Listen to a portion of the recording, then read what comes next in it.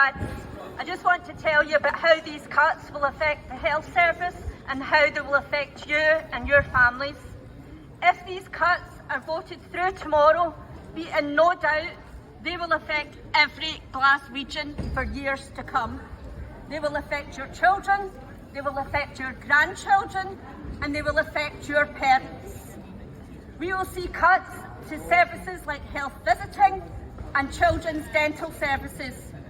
These cuts in services will impact on children for generations.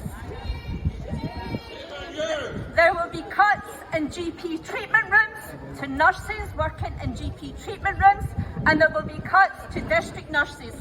There will be cuts to rehabilitation services, so that's physios and OTs, and this will affect people needing treatment and support now.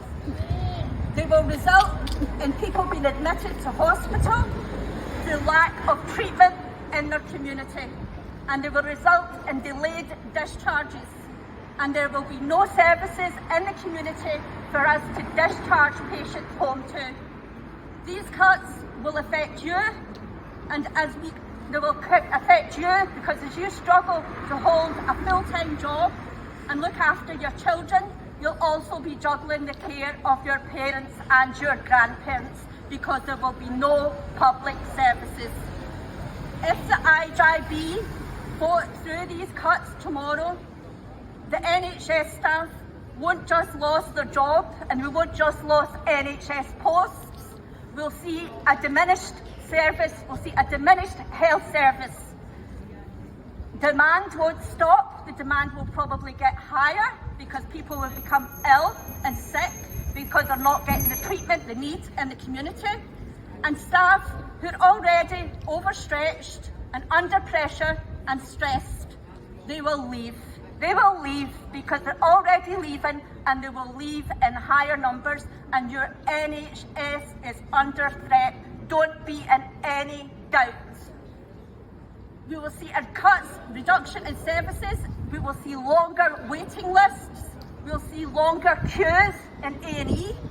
We'll see delayed discharges, and we'll see people being sent home too early, only to end up back in hospital within a week, because that's what's happening now, and we'll just see more of that. The NHS is already crumbling. It's failing.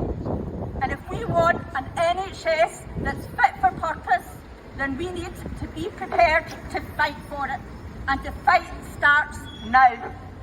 The IJB need to reject these proposed cuts tomorrow, and they need to go back to the Scottish Government and demand more money, and we need to be there with them. We need to be saying Glasgow will not stand idly by and let you dismantle our NHS. Comrades, this fight is just beginning, but it is a fight we can win. We have seen the women of Glasgow win a major battle in this city just a few years ago, and we can unite again and we can win this fight.